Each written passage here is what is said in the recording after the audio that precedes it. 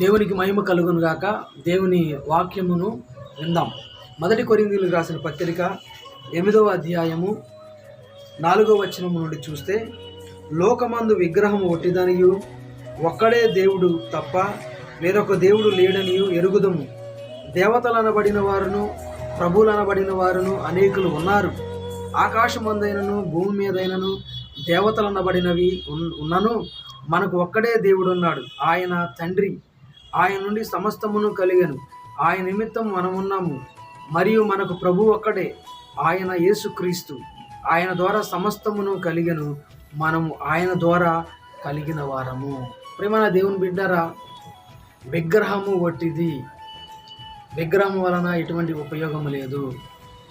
దేవుళ్ళు అనబడిన వారు, దేవతలు అనబడిన వారు అనేక మంది ఉన్నారు, అనేక మంది వస్తారు. కానీ దేవుడు ఒక్కడే, ప్రభు ఒక్కడే, సృష్టికర్త ఒక్కడే, తండ్రి ఒక్కడే. ఒక ఇంటికి తండ్రి ఒక్కడే ఉంటాడు, ఒక నియోజకవర్గానికి ఎమ్మెల్యే ఒక్కడే ఉంటాడు, ఒక రాష్ట్రానికి ముఖ్యమంత్రి ఒక్కడే ఉంటాడు. అలాగనే మరి ఈ సృష్టి అంతటికి కూడా దేవుడు ఒక్కడే. దేవుడు అనే పదం మనం చూస్తాం, కానీ దేవుళ్ళు అనే పదాన్ని మనం ఎక్కడా కూడా చూడం. ఎందుకంటే దేవుడు మనలను సృష్టించాడు, దేవుళ్ళను మనం సృష్టించుకున్నాం. మన చేతులతో, మన ఆలోచనతో, మన యొక్క మరి స్థితిగతులతో, మన యొక్క సమస్యలను బట్టి, మనకున్నటువంటి మరి అజ్ఞానము చేత దేవుళ్ళను మనం చేసుకున్నాం. మన పూర్వీకులు పితరులు దేవుళ్ళను చేసుకుంటూ వచ్చారు. కానీ వాక్యం ఏం సెలవిస్తూ ఉందంటే దేవుడు ఒక్కడే, ఆయనే యేసుక్రీస్తు ప్రభు. ఈ సృష్టి అంతటికి దేవుడు ఒక్కడే. ఈ సృష్టిని నిర్మించిన వాడు, సృష్టికర్త అయిన దేవుడు ఒక్కడే, ఆయనే యేసుక్రీస్తు ప్రభులు వారు.